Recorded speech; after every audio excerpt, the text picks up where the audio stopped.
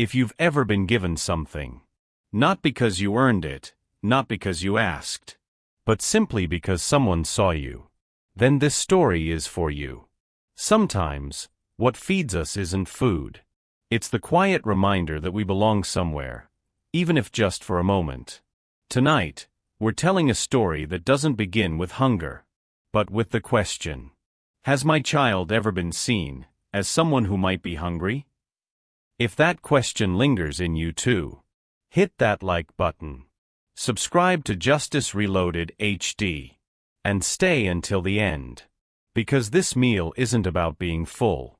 It's about being acknowledged. The diner was almost empty at 3:07 p.m. Afternoon light filtered through the blinds, casting soft lines on chipped laminate tables.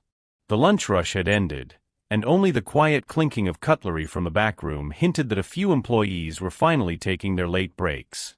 Tina pushed open the swinging kitchen door with her elbow, balancing a half-eaten plate of roast chicken and mashed potatoes. She wasn't in a hurry, no orders were coming in, and the manager had gone out for a smoke. This plate was headed for the trash, just like most leftovers from the shift. She was halfway to the bin when she saw him. A boy, maybe 8 or 9, sat alone near the front window, where the sunlight was warmest. He wasn't seated at a table, just crouched at the wooden ledge beneath the sill, knees tucked up, hands wrapped tightly around the straps of a worn-out backpack. His blonde hair was tangled and fell into his eyes, which were locked onto the plate in her hands. He didn't blink. He didn't fidget. He didn't even look embarrassed. It wasn't the kind of look that said, "I want that." It was the kind of look that asked, "Does that belong to someone like me?" Tina stopped walking. The plate, warm through the ceramic, suddenly felt heavier. No one else had noticed him. Not the dishwasher cracking jokes in the back. Not the hostess fiddling with her phone. Just her. Just now. She took a breath, then slowly turned, walked toward one of the smaller tables near the wall, and set the plate down without a word. No drama. No gesture. Just placement. She didn't ask his name. Didn't say, "Are you hungry?" Didn't wait for him to move. She simply walked away. Tina didn't look back as she disappeared into the kitchen. She didn't need to. The act wasn't meant to be seen. It wasn't a favor, a gesture, or an offering. It was a recognition. Micah didn't move at first. His fingers still clung to the backpack, knuckles white. But his eyes followed the plate. And then slowly, almost shyly, he uncurled. He stood, not rushed, not nervous, and walked to the table. He slid into the chair as if unsure it would hold him. As if he expected someone to shout, "That's not for you." But no one did. He looked at the food for a long time. Then he reached out, steady and deliberate, and picked up the fork. Not the chicken. Just the mashed potatoes, at first. A small bite. A test. He chewed without expression, but his shoulders lowered by half an inch. Across the room, no one noticed. No one, except the woman who had carried the plate. Behind the kitchen door, Tina washed her hands, slow and methodical. She didn't mention the boy to anyone. Didn't explain. She just scrubbed under her nails, dried her palms on her apron, and leaned against the sink. A server passing behind her raised an eyebrow. "You know you could get in trouble for that, right?" Tina didn't answer right away. Then, with the same calm she'd used to set the plate down, she said, "It's not charity. It's company policy. I didn't want to waste food." But that wasn't the truth. Not really. The truth was this: she had once looked at a plate the same way. She had once hoped someone would see her before asking her to explain why she looked hungry. Micah didn't finish the food all at once.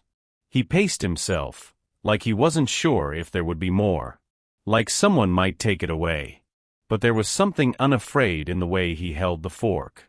Tina stepped back out a few minutes later, carrying a rag and a bottle of cleaner, pretending to wipe down the counter. He looked up, and for a second their eyes met. Neither of them smiled. Neither of them spoke. But something passed between them, An understanding that had nothing to do with kindness and everything to do with dignity. She turned and went back to the counter. He kept eating. No names. No questions. No "Are you okay, sweetheart?" No "Where are your parents?" Just a plate. Just a seat. Just a moment of being allowed. Micah didn't touch the food at first. He sat at the table like someone borrowing time, his back straight, fingers resting lightly on the edge of the plate. His eyes studied it, not with suspicion, not even curiosity, but with a kind of quiet reverence that comes from knowing something isn't really yours, even when it's in front of you. Across the room, Tina didn't look at him. She didn't glance over her shoulder or peek through the pass-through window. She knew better. The kind of hunger this boy had, whatever kind it was, needed space more than it needed answers. She rinsed her hands at the kitchen sink, the water running lukewarm over her knuckles. The soap smelled like citrus and metal. She scrubbed until the sticky weight of the day came off. When she dried them on a paper towel, her coworker Carla leaned against the fridge and crossed her arms. "You know that kid's probably someone's lawsuit waiting to happen," Carla muttered, nodding toward the dining area. "These days, you so much as hand a napkin to the wrong child, and you're in court." Tina didn't answer right away. She tossed the paper towel in the bin and leaned back against the counter.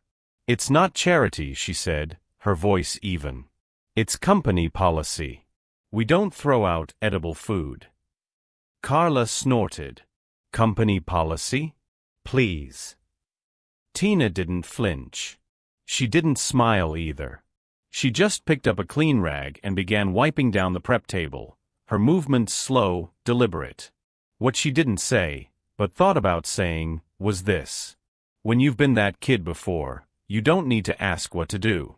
Out in the dining room, Micah shifted in his seat.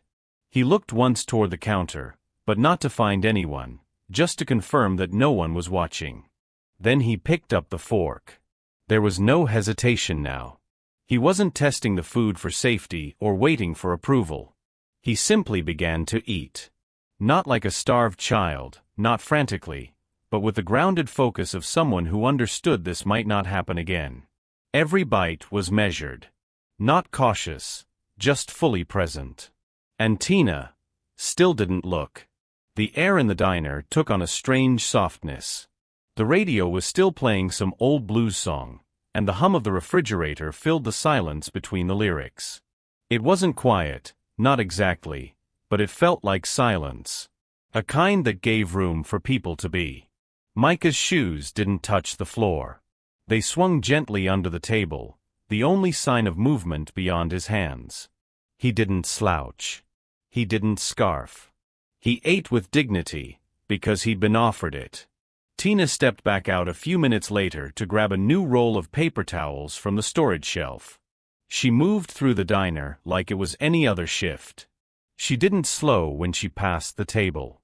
She didn't pause to check if he was okay, or if he liked the food. She didn't need to. She had already done the only thing he truly needed. She had seen him. Not pitied him. Not saved him.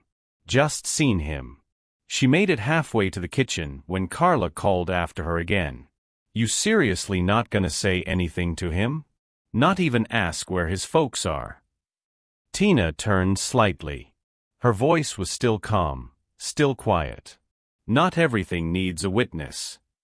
Carla frowned, confused. "What?" Tina didn't explain. She just pushed through the kitchen door again and went back to wiping down stainless steel. Her hands moved on autopilot, but her mind wasn't in the kitchen anymore. It was a decade back, sitting on the edge of a shelter cot, hoping someone would notice she hadn't eaten. Wondering if keeping quiet made her invisible, or if it was the only thing keeping her safe. When someone finally brought her food, they hadn't asked questions. They just set it down and walked away.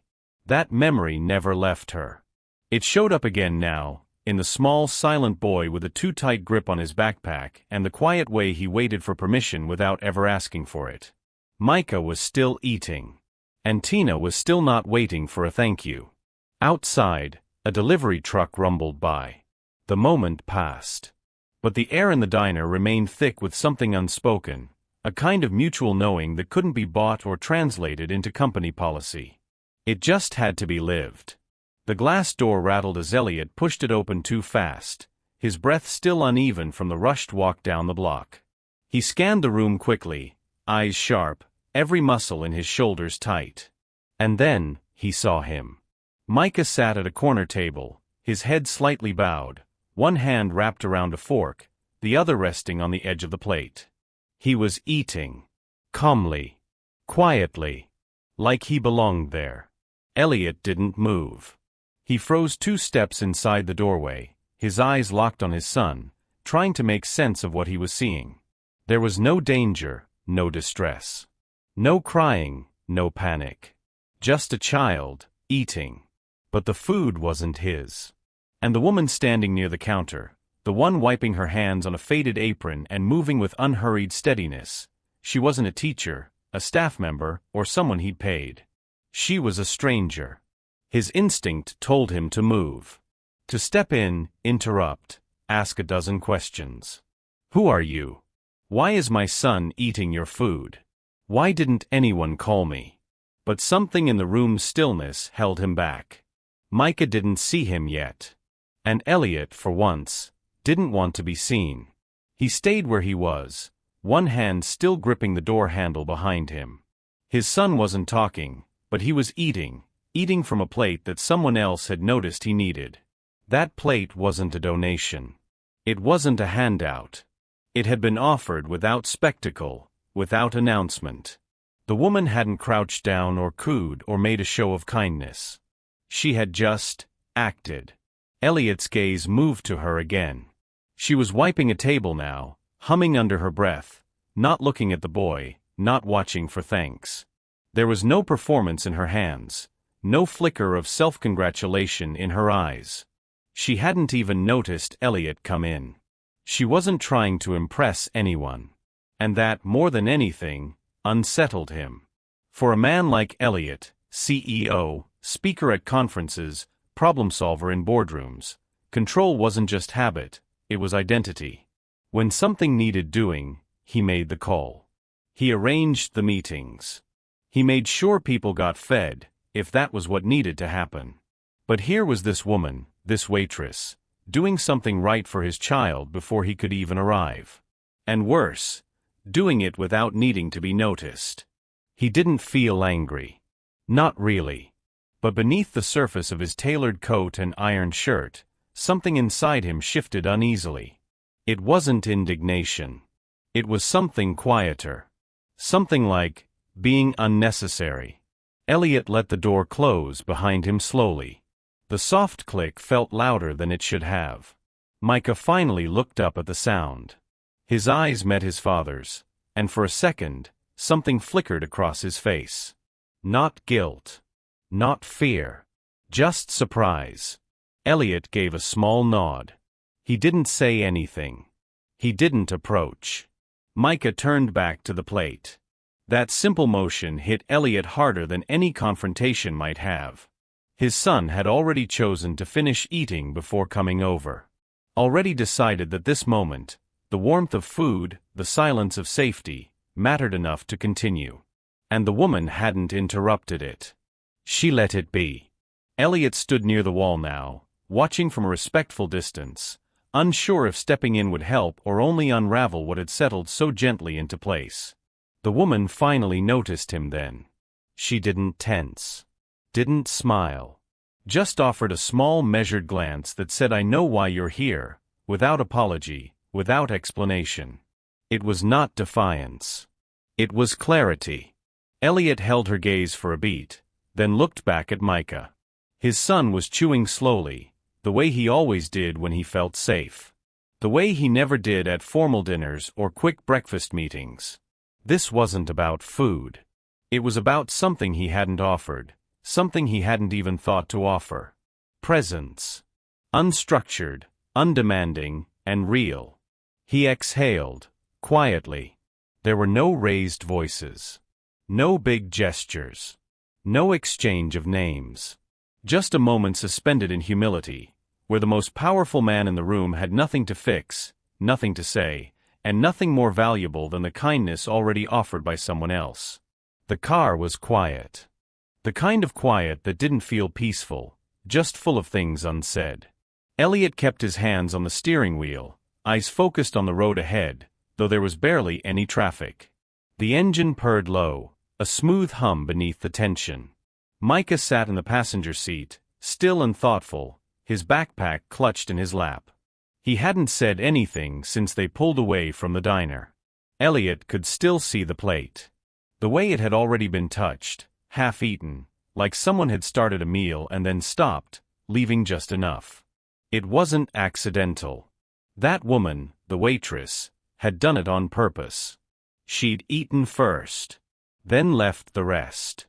Not a fresh plate, not a gift from abundance. Just what she had. What remained. Micah shifted slightly, then spoke, his voice barely above a whisper. She wasn't scared I'd touch her food. Elliot glanced sideways but said nothing.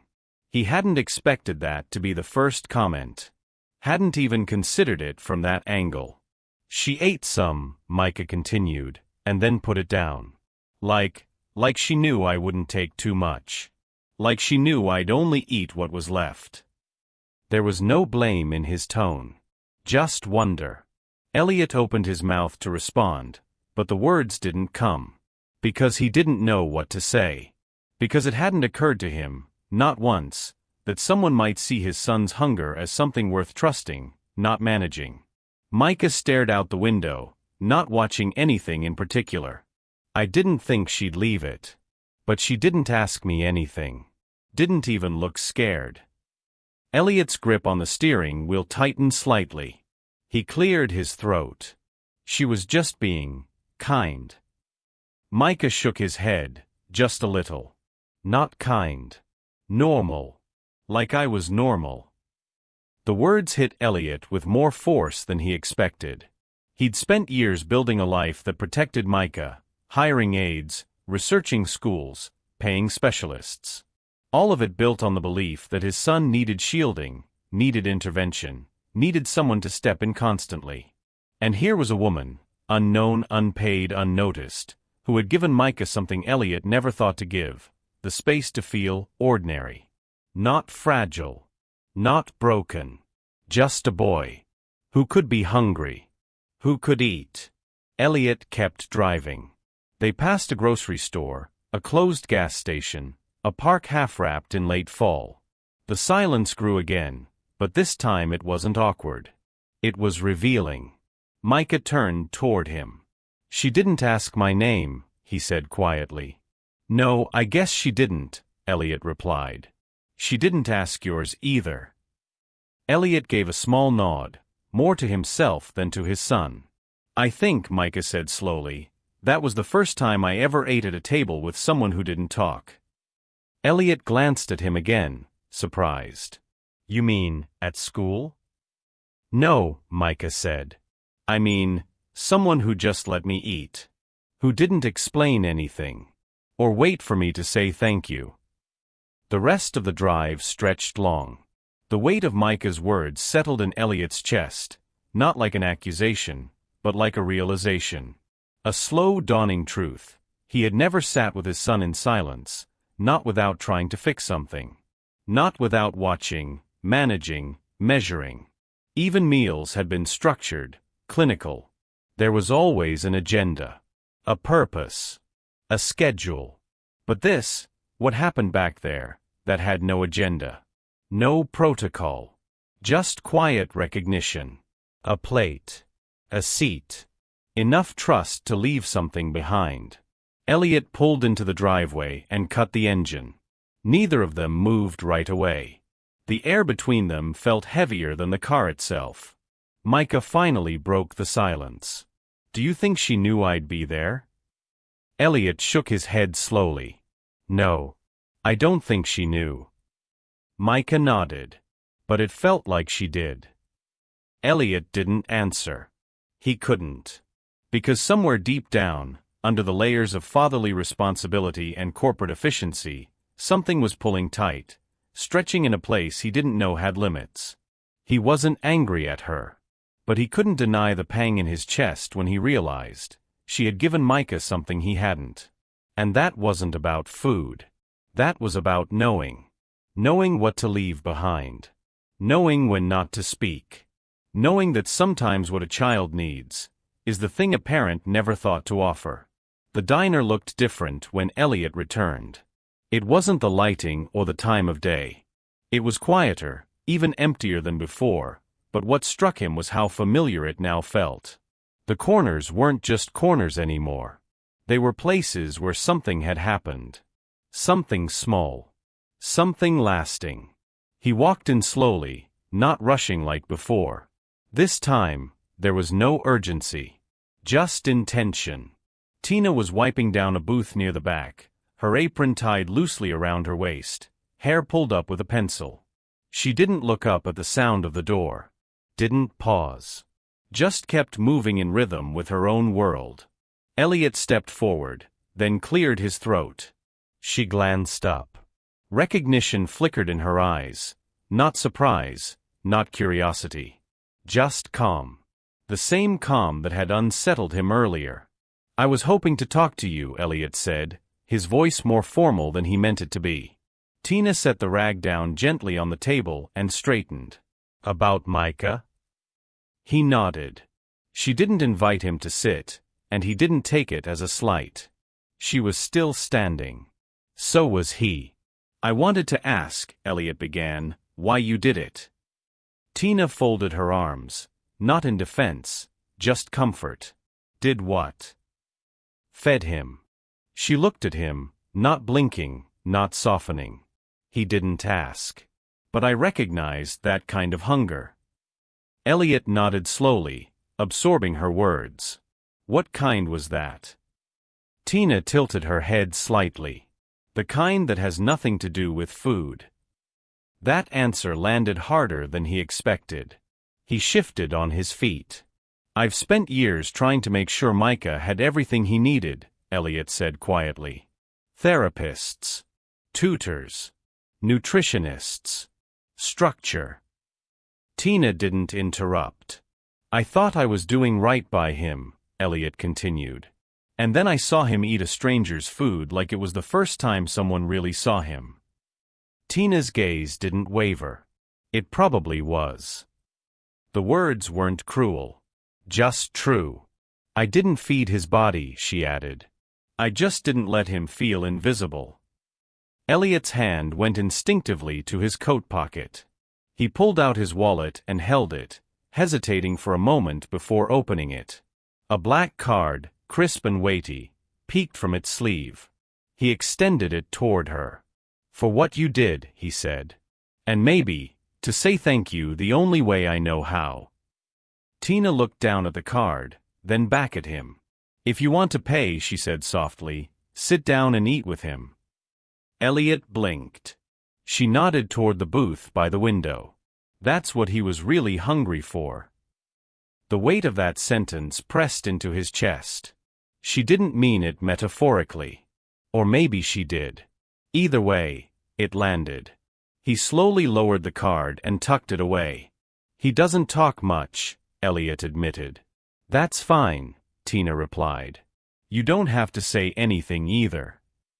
Silence settled between them. Not awkward, just honest. Elliot let out a breath he hadn't realized he was holding. "I thought I had to fix things all the time," he said, mostly to himself. Tina picked up the rag again. "Most kids don't want you to fix anything. They just want you to sit still." He nodded, more to her wisdom than to the statement itself. "I don't know how to do that," he admitted. "Then learn," she said simply. Elliot looked at her. She wasn't offering pity. She wasn't giving advice. She was just stating facts, grounded in something he could feel but not quite name. "Do you have kids?" he asked. "No," she said. "But I used to be one." He didn't ask anything else after that. He turned toward the booth. It was empty now, but he could picture Micah there, feet swinging, head down, finally relaxed. Finally allowed. Elliot placed a hand on the table's edge. It felt solid, uncomplicated, present. "I'll bring him back," he said. Tina nodded. "Good." As Elliot made his way toward the door, he paused and turned back. "I don't think I'll ever be able to thank you properly." Tina didn't smile, didn't soften. She just said, "Then don't try. Just show up." He left with those words echoing louder than any speech he'd ever given. Not because they were powerful, but because they were true. And he realized, some hungers can't be solved. They can only be met. Elliot stood across the street, hands in the pockets of his coat, the chill of early evening creeping into the collar of his shirt. The sky above was muted, neither dark nor light, caught in that fragile space where day gave up slowly. He had parked far enough away to avoid notice, but close enough to see everything. The shelter didn't have a sign. Just a brick wall with peeling paint and a metal door that creaked every time it opened. It wasn't the kind of place that asked for attention. It did what it was built to do, quietly, steadily. He had found the address by asking someone at the diner. A dishwasher who shrugged and said, "She volunteers Tuesdays. Doesn't like when people make a thing of it." That felt right. From his position, Elliot watched a small line of children form outside the building. Some alone, some with siblings, all wrapped in layers that didn't match. Clothes donated, too big or too small, but better than nothing. Tina stood at the folding table inside, ladling soup into containers with an efficiency that didn't look rushed. She didn't smile for the kids or coo at them. She handed each meal over like it was normal. Like they deserved it. No camera crew. No clipboard. No speech. Just a woman and a pot of food. One boy in line was smaller than the rest. Maybe 5. His coat sleeves dragged past his hands, and his beanie slid down over one eye. He didn't step forward when the others did. Instead, he sat down on the pavement, body folding in on itself, forehead resting on his knees. Tina noticed. She didn't speak. She didn't make a fuss. She reached into the bin beside her, pulled out a foam container, filled it carefully, and walked it over. Elliot leaned forward slightly. She crouched beside the boy. He didn't look up. She didn't ask him to. She peeled the lid back, pulled a spoon from her apron pocket, and dipped it into the rice and stew. Then, wordlessly, she lifted the spoon to his mouth. The boy didn't resist. He didn't even move. But he ate. Spoon by spoon, Tina fed him. Not like a hero. Not like a saint. Like someone who had done this before. Elliot's fingers closed around the car key in his pocket, squeezing it so tightly the grooves dug into his palm. His other hand hung limp at his side. A gust of wind stirred the street. A rapper tumbled by. No one else noticed. He stepped closer to the curb. Closer to the truth he hadn't known he needed to see. He didn't know this version of Tina. The woman who had held power in her silence, whose quiet presence made children lift their heads, not because they were told to, but because they felt safe enough to. He didn't know himself in this moment, either. He felt his phone slip from his coat. It fell in a dull thud onto the sidewalk near his shoe. He didn't bend down to pick it up. For the first time in as long as he could remember, the message wasn't urgent. The world could wait. His eyes stayed on Tina, who was now sitting beside the boy, letting him finish at his own pace. When he was done, she wiped his chin with a napkin and stood. She returned to the table without a glance toward the street. She didn't need applause. She didn't wait for permission. She didn't know she was being watched, and wouldn't have cared if she had. Elliot stayed there, unmoving, staring through glass and across space and through years of trying to prove that love had to be earned, that care had to be explained. Micah had once told him, she didn't talk. She just stayed. Now he understood. He had spent years giving his son resources. But not once had he ever fed him like this. Not once had he sat in stillness beside him and offered something simple, without question or condition. And maybe that was what had always been missing. Not the meals. Not the therapies. Just presence. Unassuming. Undeniable. And now, as Elliot stood alone with the weight of that realization, he felt something begin to crack inside him, not from shame, but from recognition. He hadn't come here to ask for forgiveness. He hadn't come to fix anything. He had come to see. And he had seen. The building had no name on the front. No neon signs. No ribbon-cutting ceremony. No social media announcement. Just a heavy door, a warm smell, and a line of children who didn't need to prove anything to enter. The place was called Warm Table, but only on the paperwork. To the kids, it was just where the food was. Where someone waited with a meal, not for names, not for documents, just for hunger. Elliot stood just inside the doorway, watching as the trays were passed from hand to hand. He didn't wear a suit today. No tie. No monogrammed shirt cuff. Just a gray sweater and sleeves rolled past his elbows. He looked out of place, but didn't feel it. He wasn't there to be seen. Across the room, Tina moved with her usual quiet grace, lifting lids, checking portions, adjusting things without ever needing to speak. She wasn't directing anyone, but somehow everything moved the way it should. Everyone took their cue from the rhythm of her presence. And beside her, standing on a milk crate behind the serving table, was Micah. He wore an apron that hung too long and a hairnet that barely contained his wild blonde curls. But he stood tall, scooping mashed potatoes into containers with careful precision, pressing the lids down the way he had been taught. He didn't speak much. He didn't need to. The children in line didn't thank him. They didn't ask who he was. They just received the food, the way someone accepts light in a dark room. Without question. With relief. Elliot watched his son and thought, he belongs here. Not as a guest. As a giver. And it wasn't because he had learned how to serve. It was because someone had once served him, with no strings, no conditions, no need to explain what he lacked. That memory lived in his hands now. The way he filled a box. The way he waited for each kid to meet his eyes before passing it over. At the end of the evening, the tables were cleaned, the trays packed up, the lights dimmed. Most of the volunteers had already left, some with nods, some with quiet goodbyes.